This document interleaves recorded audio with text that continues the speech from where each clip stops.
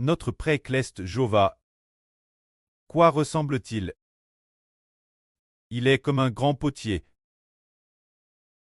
Le potier travaille l'argile. Frères et sœurs, vous en avez peut-être entendu parler. Le potier, selon sa propre volonté, façonne l'argile en un certain vase. Et l'argile devient ce vase. Ce grand potier ne peut-il pas utiliser la madame argile identique, la madame masse d'argile, pour ensuite la diviser en deux, et avec une moitié de cette argile, façonner un vase d'honneur et avec l'autre moitié, façonner un vase d'usage vil? Le peut-il?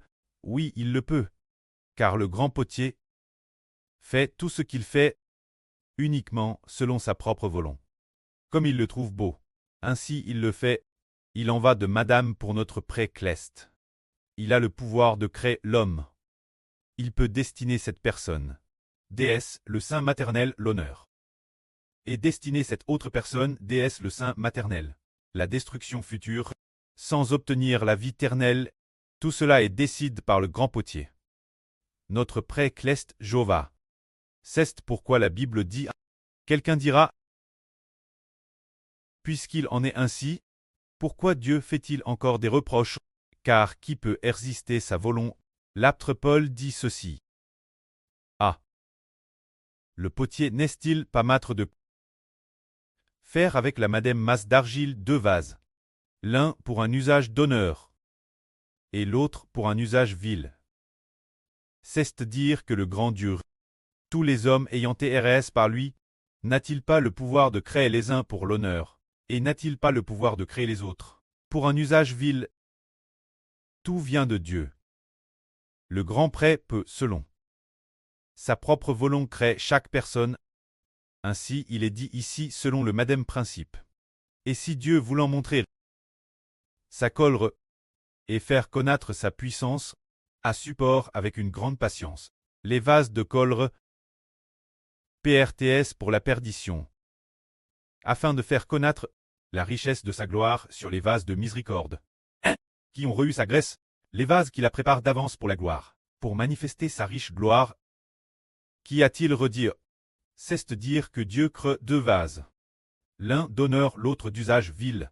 Ce n'est qu'après comparaison que nous découvrons qu'en réalité nous avons TRS pour l'honneur, en nous comparant ceux qui sont vous la destruction, ceux qui sont destinés à un usage vil, en comparant avec ces personnels, nous découvrons que nous sommes honorables. Ainsi, le pré-creux des vases d'usage vil, pour le bien des vases d'honneur, afin que l'avenir nous voyons une multitude de personnes très détruites, tandis que nous obtenons miséricorde, et que nous découvrions qu'en réalité le pré-cleste nous a créés pour l'honneur, parce qu'une multitude de personnes sont détruites, mais nous ne sommes pas détruits, nous ne sommes pas abandonnés, mais nous recevons au contraire sa grâce. C'est par ce contraste que se manifeste la miséricorde et la grâce de Dieu. Alors, sur qui la miséricorde et la grâce du pré vont-elles reposer? Elles reposent sur ceux qui acceptent l'Évangile. Sur ces personnes, la grâce et la miséricorde de Dieu vont reposer envers ceux qui croient en notre Seigneur Jésus-Christ, qui croient en notre pré, le Seigneur Jésus-Christ, et qui croient aussi en notre pré, le Seigneur Jésus-Christ, en son Fils, le frère Hbert, afin de manifester ce que le pré a dit, afin de manifester que le Seigneur Jésus, le Fils de Dieu, est le salut, le Fils du Seigneur.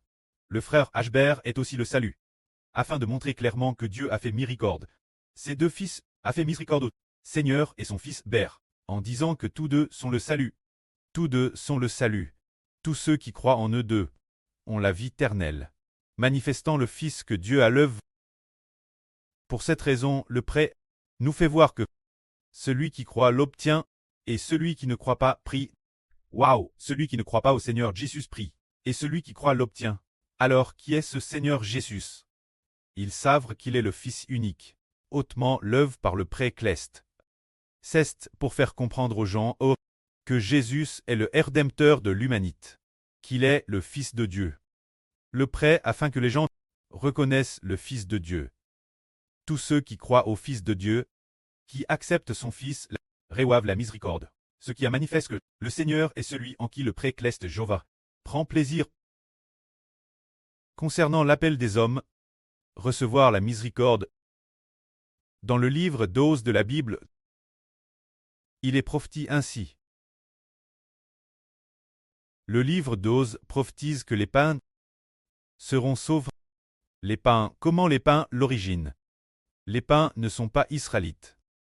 Ils ne sont pas le peuple lu de Dieu. Ce qui est merveilleux, c'est que ceux qui étaient l'origine, le peuple lu de Dieu, ne l'ont pas obtenu. Tandis que ceux qui n'est pas le peuple lu de Dieu, le sont devenus. Pour quelle raison? C'est de l'ancienne Grèce, du point de vue du Seigneur Christ. Car toutes les bénédictions doivent venir du Seigneur Christ. Si le Seigneur Jésus n'était pas venu dans le monde en tant qu'homme, alors les Juifs, les Israélites, étaient certes le peuple lu de Dieu. Mais après que le Seigneur Jésus-Christ est venu dans le monde en tant qu'homme, le plan original a changé. L'origine était les Israélites du Moyen-Orient, qui étaient le peuple lu de Dieu. Mais après ce que le Seigneur Jésus est venu dans le monde en tant qu'homme, il a dit, c'est comme si l'on disait, oh, l'alliance conclue auparavant ne compte plus. Elle est abolie. Seule la nouvelle alliance compte.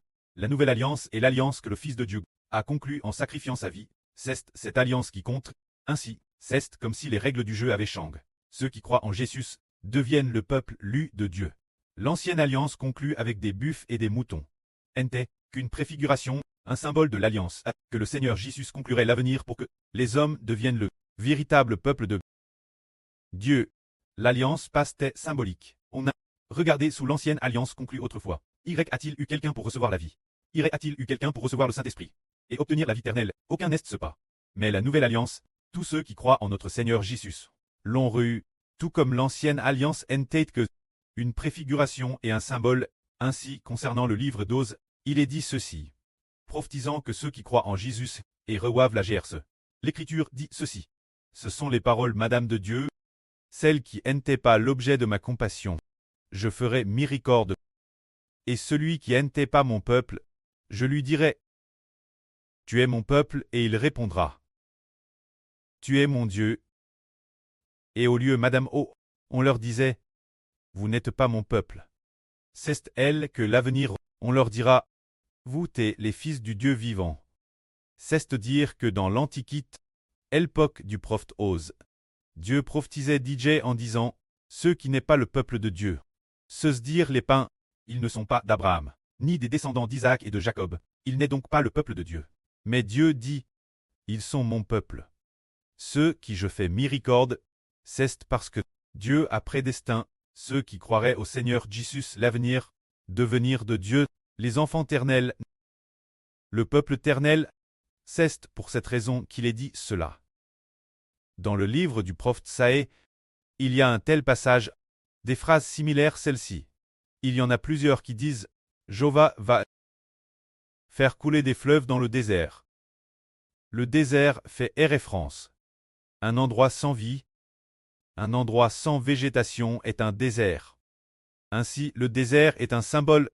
Que symbolisait-il? Il symbolise toutes les nations et tous les peuples. Les gens de toutes les nations, qui n'ont pas de vie dans leur cœur. Toutes les nations. Tous les peuples, la Chine, les États-Unis, la Russie, l'Ukraine, le Moyen-Orient, l'Europe. De nombreuses nations qui n'ont jamais entendu parler de Dieu. Qui ne sont jamais NS de l'esprit. Dans une nouvelle vie, Dieu va faire couler des fleuves, se dire que l'eau de la vie va couler vers ceux qui n'ont jamais entendu parler de Dieu. Oh, les lieux de la vie, tout comme le frère Eshbert, prêche la vie, qui est l'eau de la vie. Ainsi, les nations qui n'ont jamais entendu le nom de Dieu vont maintenant écouter la parole. Toutes les nations qui n'ont jamais entendu le salut du Seigneur Christ vont pleinement savoir et pleinement comprendre. Cela se fera par le prêt et le Fils qui l'explique, afin d'accomplir ce que dit l'Écriture. Le jour en instruit un autre jour. La nuit en donne connaissance une autre nuit. C'est dire qu'il y a un Fils qui prêche la vie jour et nuit.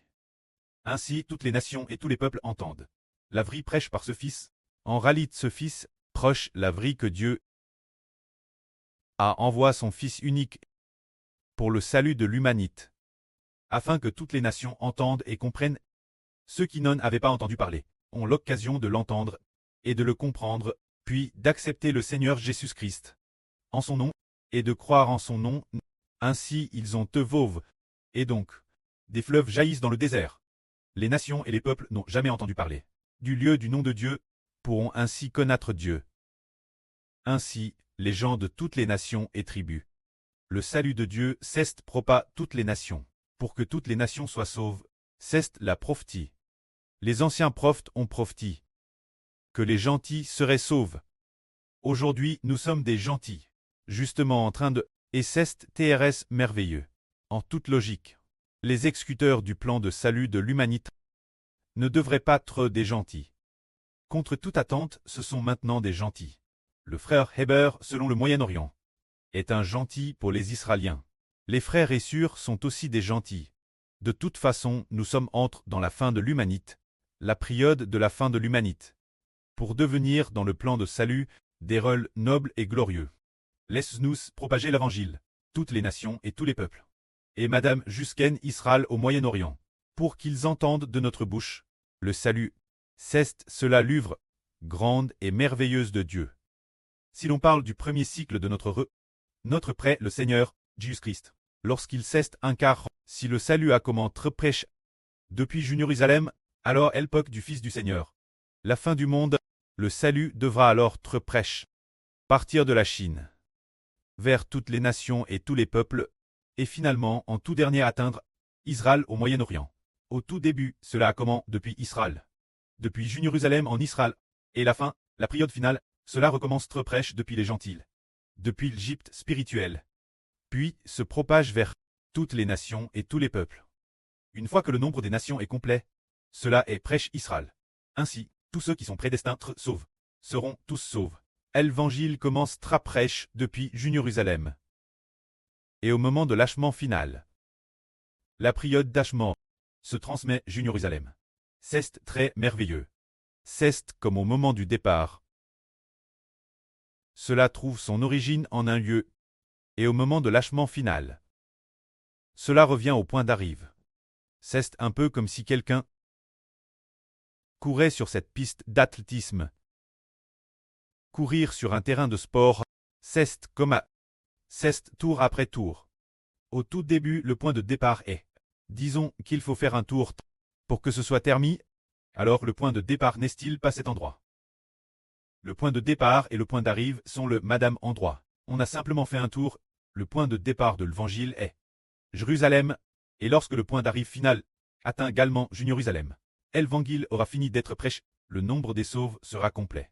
C'est le merveilleux plan du pré-cleste. Que la gloire soit rendue au prêtre et au Seigneur. Amen.